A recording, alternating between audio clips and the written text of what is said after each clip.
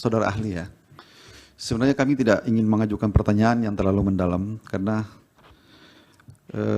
makanya kami ajukan satu saja sederhana. Ya. Dari hasil pemaparan ini ada ya risetnya ya, saudara ahli lakukan sejak kapan untuk memotret semua peristiwa dan keadaan, karena tadi banyak sekali variabel berpengaruh di sini. Presiden sebagai sentra kekuasaan yang punya impact terhadap kemenangan atau semacam insentif elektoral kepada pasangan yang terpilih saat ini. Itu diriset kapan dan seperti apa pendekatan yang dipakai untuk memotret persoalan ini? Terima kasih. Baik, dari Bawaslu cukup. Dari Hakim, Yang Mulia Pak Daniel, dipersilakan. Baik, terima kasih Yang Mulia Pak Ketua. Ahli mungkin bisa membantu memberikan pengayaan dalam kaitan dengan peran Presiden ya. Kalau tadi ahli menguraikan bahwa ada sekitar 70% tingkat kepuasan masyarakat.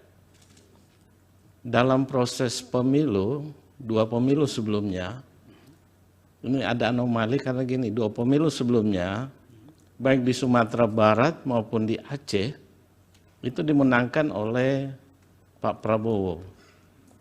Sebaliknya justru pemilu sekarang, itu di 2 tempat itu Pak Prabowo tidak menang.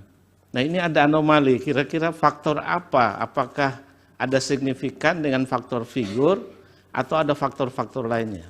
Terima kasih. Baik, silakan dijawab singkat-singkat. Baik, terima kasih Yang Mulia, terima kasih atas pertanyaan-pertanyaannya. Yang pertama dari pemohon,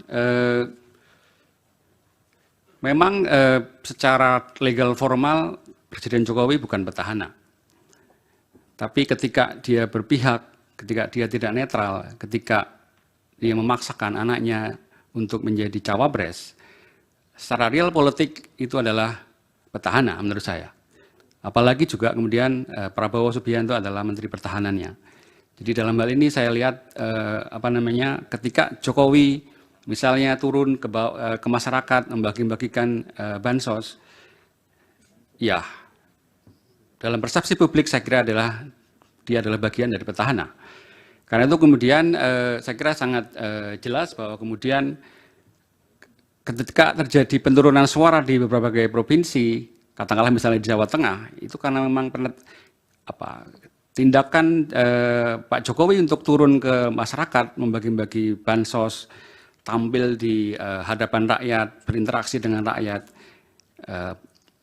itu semuanya memperkuat ketokohan dari Pak Jokowi sebagai figur yang tadi saya sampaikan, figur yang populis, figur yang merakyat.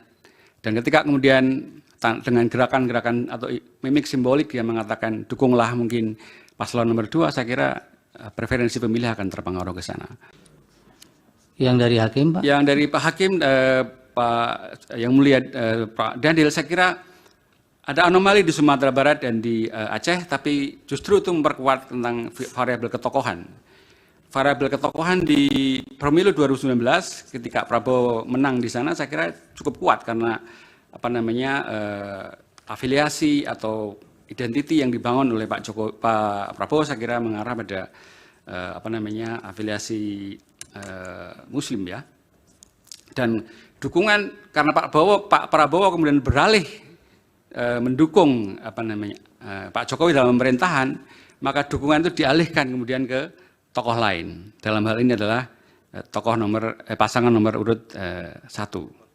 Jadi pergeseran ini saya kira juga justru memperkuat variabel tentang ketokohan tadi.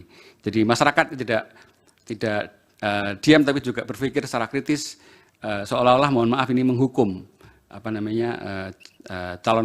paslon nomor 2 karena dianggap mungkin beralih dukungan dari menuju pada Pak Jokowi yang dulu mungkin tidak dipilih tidak menang di Sumatera Barat dan di Aceh. Saya kira Download Tribun X sekarang, menghadirkan lokal menjadi Indonesia.